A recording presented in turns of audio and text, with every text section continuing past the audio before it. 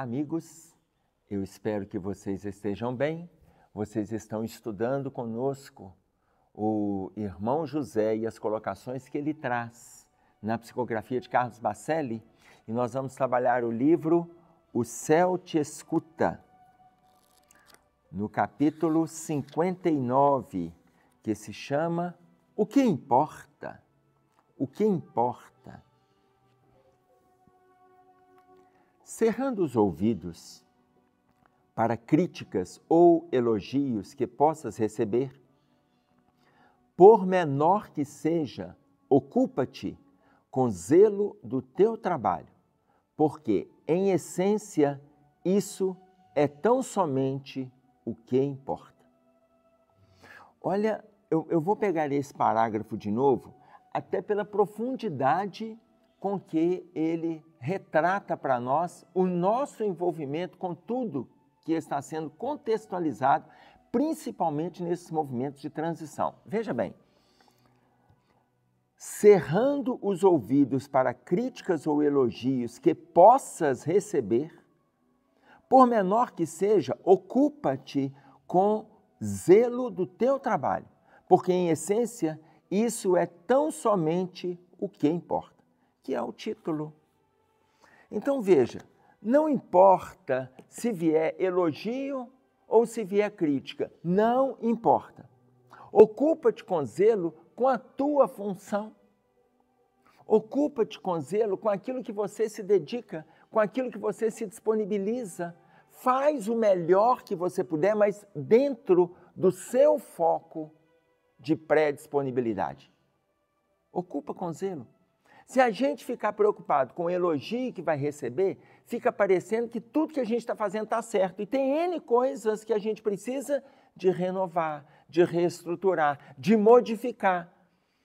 E se a gente preocupar com todas as críticas que chegam, a gente acaba abandonando a tarefa. Ou seja, a gente abraça dois extremos. Se a gente atender todas as críticas, a gente abandona. E se a gente só atender elogios, a gente se eleva, sendo que nós não temos motivo nenhum para se elevar. Por outro lado, a gente também não tem motivo nenhum para se afundar. Estamos lutando, gente. Então, o que importa críticas ou elogios? Faz com zelo, faz com cuidado, faz com atenção, faz com foco. É o seu trabalho.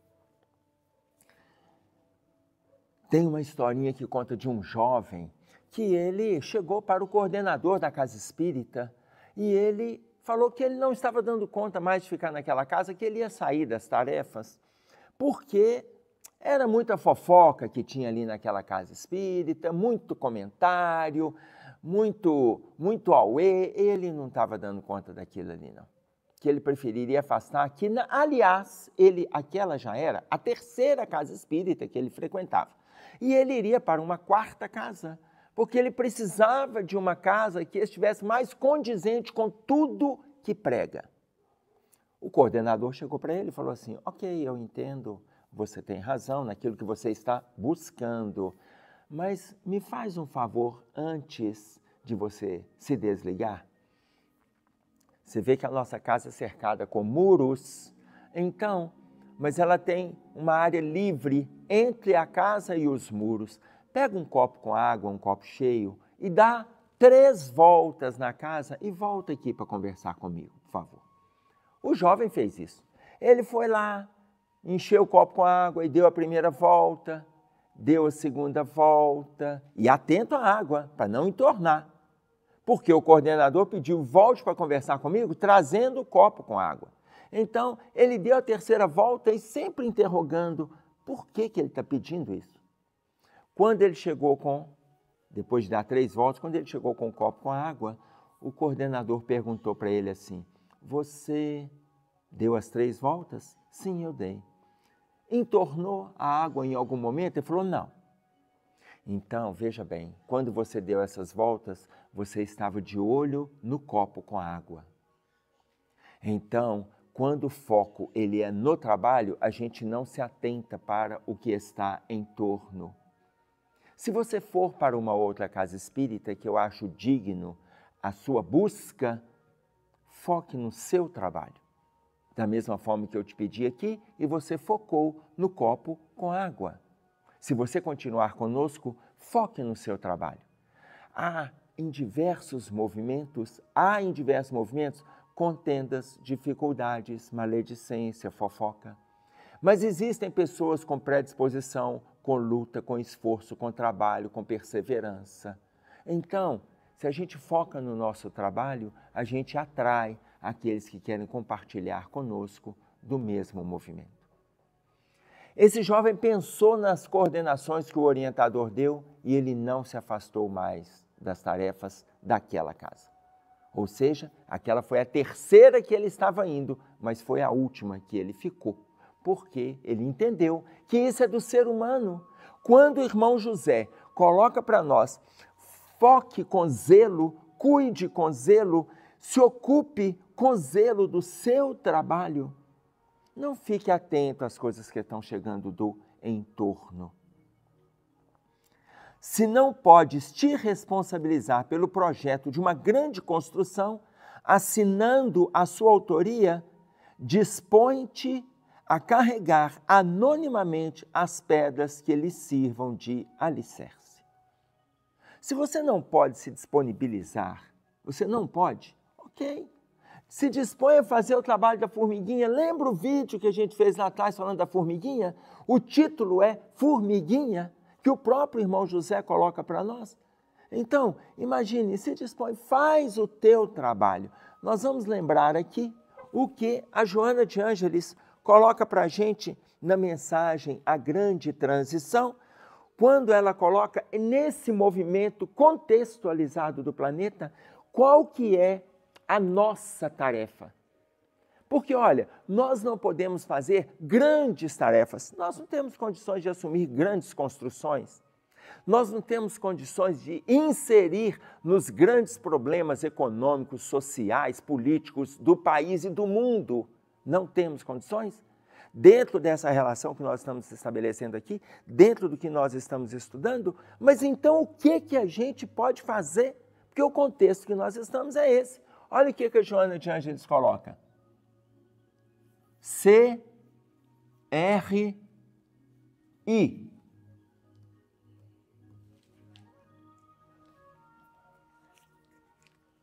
Consciência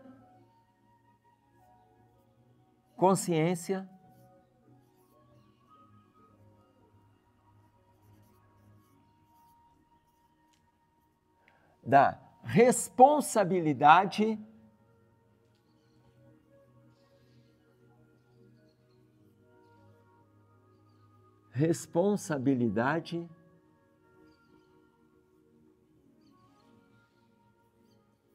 individual.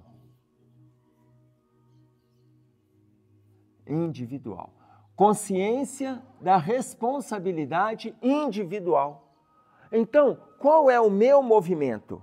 O meu movimento é o que eu posso fazer com isso tudo que eu tenho aqui, olha. Se todos nós nos atentarmos para a consciência da responsabilidade individual, cada um vai cuidar daquilo que é do seu desejo, da sua escolha. Mas uns estarão pensando assim, mas eu não consigo fazer tudo o que eu quero. Aliás, eu não tenho condições, porque tudo que eu faço, a maioria não são coisas que eu quero. Ótimo. Só de você saber que não consegue fazer tudo o que quer, você tem que discernir. Eu não tenho condições de assumir a construção de uma obra, mas eu tenho condições de ajudar aqui e ali. Seja com uma doação, seja levando uma pedra para aquela construção, seja confraternizando com as pessoas, seja oferecendo um ombro amigo, seja acolhendo. É o que eu posso fazer, então é o que eu vou fazer. A Joana de Ângeles, nessa mensagem, que se chama A Grande Transição, que ela fala de uma série de situações que acontecerão e já estavam acontecendo, e eu estou falando de uma mensagem psicografada no ano de 2006, no Rio de Janeiro, por Divaldo Franco, que se chama A Grande Transição. Ela fala que o nosso movimento é consciência da responsabilidade individual. ou consciência da responsabilidade pessoal. Se o nosso movimento é este, o que eu posso fazer? Olha a proposta do irmão José. Foca na pedra que você precisa carregar. É isso. Se não podes te responsabilizar pelo projeto de uma grande construção, assinando a sua autoria, dispõe-te a carregar anonimamente as pedras que lhe sirvam de alicerce. Gente, isso aqui é muito interessante, porque essa fala, ela lembra para a gente, lá atrás, quando a gente vai em Mateus, lá no capítulo 5, no versículo 13, que vocês estão acompanhando no vídeo, vós sois o sal da terra. Olha, se nós somos o sal da terra, essa fala de Jesus, ela é para todos. E interessante, capítulo 5, versículo 13, era quando ele tinha, em Mateus, nós estamos fazendo referência aqui ao capítulo 5, os 3 capítulos, 5, 6 e 7, é o Sermão da Montanha em Mateus. Dos 4 evangelistas, Mateus era, dos 4, o mais disciplinado no que diz respeito a registros, a contexto, a apreender, a assimilar. E olha, ele, dos 4 evangelistas, foi o único que escreveu o seu evangelho em aramaico, que é a língua que Jesus falava, em Jerusalém, que é onde Jesus morava, e é o que primeiro terminou. Por quê? Ele termina o seu evangelho no ano 39 da era cristã. Jesus, crucificado no ano 33. Depois nós vamos ter os outros evangelhos, o de Marcos, que não conviveu com Jesus, e escreveu em grego e em Roma, no ano 44. Nós vamos ter no ano 56 o evangelho de Lucas, que escreveu em grego e em Roma, que também não conviveu com Jesus. Marcos e Lucas eram estudiosos, caminharam com os discípulos, caminharam com Maria e foram registrando. Lucas conviveu muito com Paulo e eles foram registrando. Depois nós vamos ter, por volta do ano 90, o Evangelho de João, que também escreveu em grego, porém na Grécia. Entendam, quando Mateus coloca para nós, e aí eu estou colocando ipsis literis, porque vós sois o sal da terra. Quando Mateus coloca a fala de Jesus, vós sois o sal da terra, é para que nós façamos aquilo que é a proposta dele. A gente não precisa se diferenciar, a gente não precisa se destacar, a gente não precisa se elevar, até porque não temos material para andar elevado. A gente caminha com todo mundo, acolhe todo mundo, oferece o que a gente tem para oferecer. Por quê? Porque é a consciência da responsabilidade individual, consciência da responsabilidade pessoal. Tá claro isso? Foco. E aí o irmão José continua. Os grandes tarefeiros do bem na terra recebem com estranheza todo e qualquer aplauso que lhes seja dirigido, de vez que todos eles sabem que nada de valor para a posteridade aparece sem o aval do suor e da lágrima. Olha, os grandes tarefeiros, eles até estranham quando começa a chegar aplauso, elogios, você é muito bom, porque todos nós sabemos, aí eu estou colocando todos nós envolvidos com tarefas, sabemos que aquilo não significa nada diante da eternidade. Diante do movimento pessoal, é um passo. Diante da eternidade, nós temos milhões de passos para dar. Então, começar a receber elogios aqui, para quê? Se tudo ainda será passado e passaremos por suor e lágrimas, dentro do movimento de conquista, de mudança, de erguimento, todos nós passaremos. Então os grandes tarefeiros recebem com estranheza todo e qualquer aplauso que lhe seja dirigido, porque sabem que aquilo ali não vale nada diante da eternidade, diante das dificuldades que nós já criamos. E aí vem uma outra observação que a gente também não pode perder, que é no capítulo 20 do Evangelho, quando coloca para nós: é hora de sacrificar as vossas ocupações fúteis.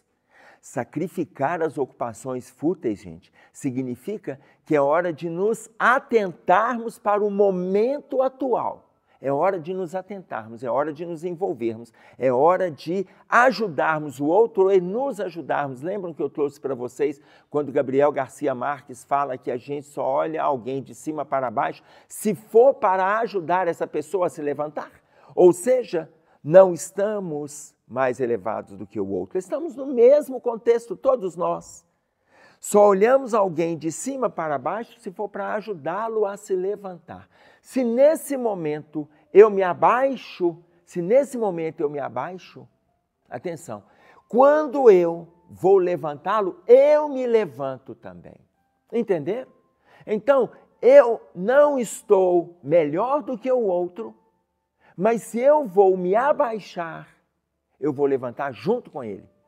Eu vou estimular, eu vou conversar, eu vou acolher, eu vou orientar dentro daquilo que ele me permite, porque é o que eu posso fazer. Foco.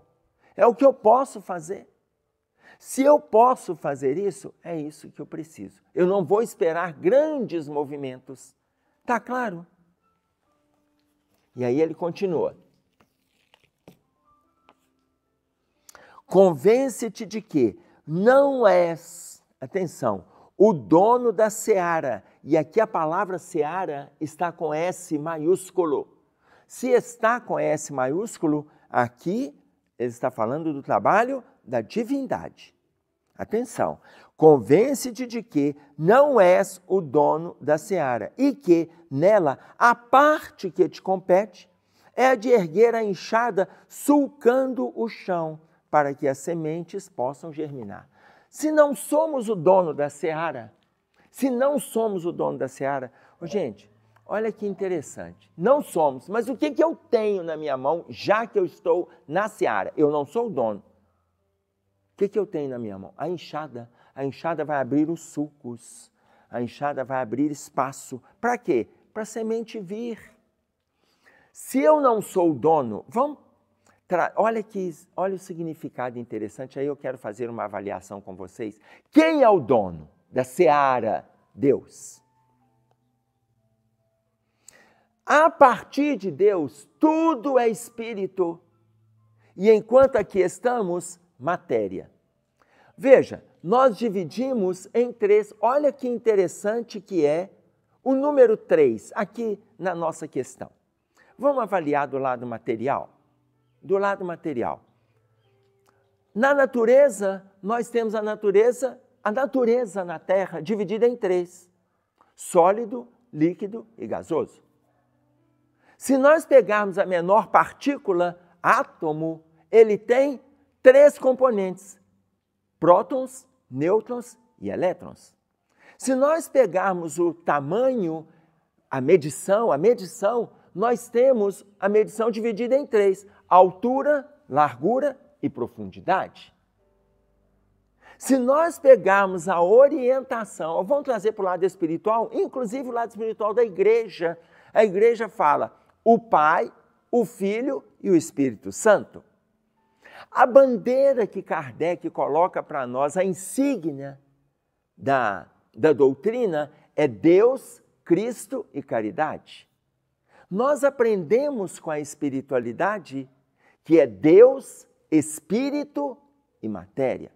Pode ser matéria quintessenciada, mas também é matéria. Olha como que o 3 é significativo. E aí eu volto numa outra colocação. O Emmanuel fala para o Chico disciplina, disciplina e disciplina. Ou seja, ele fala disciplina 3 vezes. Disciplina, mas por que Emmanuel fala 3 vezes? Porque o Chico tinha que se atentar para os 3 aspectos, e aí eu quero o número 3 de forma muito mais efetiva, muito mais envolvida com tudo que a gente estuda, do que na simples analogia que eu fiz agora há pouco. Disciplina na razão, Disciplina no sentimento, disciplina na ação. Quando Emmanuel coloca para o Chico disciplina, disciplina, disciplina, as pessoas têm um tal de falar de disciplina e entender assim, disciplina no horário. Onde é que está escrito que é disciplina no horário? Tudo na nossa vida é disciplina. Tudo na nossa vida é disciplina. Disciplina na razão, disciplina no sentimento, disciplina na ação, significa que nós precisamos de nos atentarmos na nossa forma de pensar, na nossa maneira de sentir e nos envolvimentos de trabalho que a gente tem pela frente. Disciplina nos 3 aspectos. Se nós precisamos nos atentar, e aí eu volto para a seara, não somos o dono da seara. Não somos o dono da seara. Quem é o dono da seara? Deus. Ele possibilita espíritos diferentes para se envolver. E se envolver com o quê? Tem a seara espiritual? Tem. Nesse momento nós estamos envolvidos com a seara material, com a seara física. A gente conecta com a espiritualidade, a gente conecta com o mentor, a gente se sintoniza com vários grupos, porque é Deus, Espírito e Matéria, com vários grupos que estão nos auxiliando, que estão nos permitindo, que estão nos envolvendo, que estão dando condições para que nós peguemos na enxada. É a colocação que ele faz. Então, veja, o que importa, voltando ao título, o que importa as colocações? Assume o seu trabalho, consciência da responsabilidade individual. Afinal de contas, vós sois o sal da terra. Continuando nesse mesmo versículo, se o sal for insípido, com que se há de salgar? Se o sal não tiver paladar, com o que a gente vai temperar? Vós sois o sal da terra. O tempero é feito com sal. Vós sois o sal da terra. O que a gente pode oferecer dentro dessa concepção, na seara que está sendo colocada nas nossas mãos? Então, o que importa? Atentemo-nos para isso. E aí ele fecha para nós esse texto dizendo: quase sempre os que buscam lugar de proeminência nas obras do Espírito, nada mais conseguem que subir um pouco mais alto para que a queda se lhes faça mais espetacular. Gente, olha isso aqui. Quase sempre, os que buscam lugar de proeminência nas obras do Espírito, aqueles que se acham em condições de destaque, que se acham em movimentos de proeminência, que se acham eleitos, aqueles que se acham, nada mais conseguem que subir um pouco mais alto, para que a queda se lhes faça mais espetacular. Ou seja, o movimento de elogios, de soberba, de excessos, de vaidade, faz com que a queda ainda seja muito mais espetacular. Atentemo-nos. O que importa? O que chega daqui, o que chega dali. Assume a sua luta, assume a sua predisposição. Investe. Esse é o nosso foco. Consciência da responsabilidade individual. É isso aí. Um abraço a todos. Até breve. Fiquem com Deus.